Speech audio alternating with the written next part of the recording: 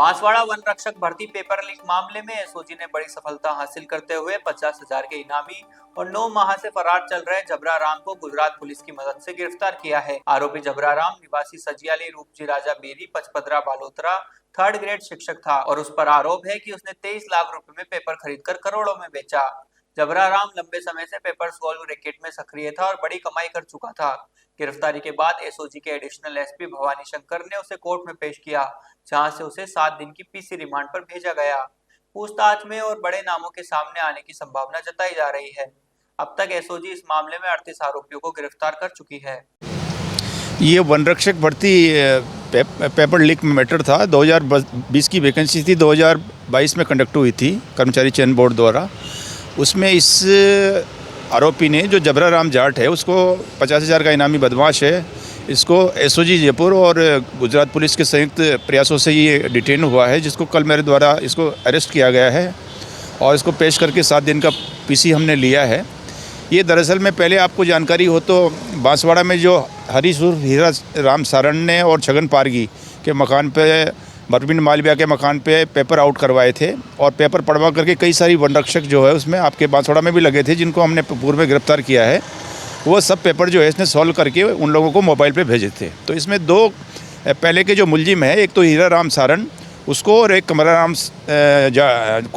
राम जाट को तो इसने भेजा है वहाँ पे उदयपुर में, और उदयपुर में जो है उसने उसको भेज करके वहाँ उसके मोबाइल पे जो है शॉर्ट पेपर इसने परीक्षा से पहले भिजवा करके और वो पेपर आउट करवाया है।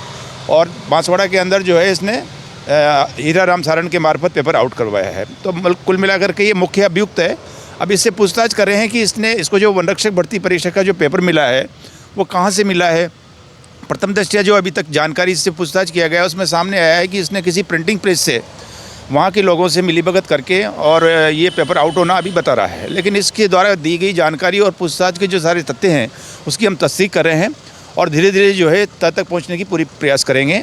इसके अलावा हम ये भी कोशिश करेंगे कि इसने बांसवाड़ा और उदयपुर जिलों के अलावा और भी अन्य जिलों पे अपने कोई आदमी भेज करके उनको भी शॉर्ट पेपर दिया है क्या।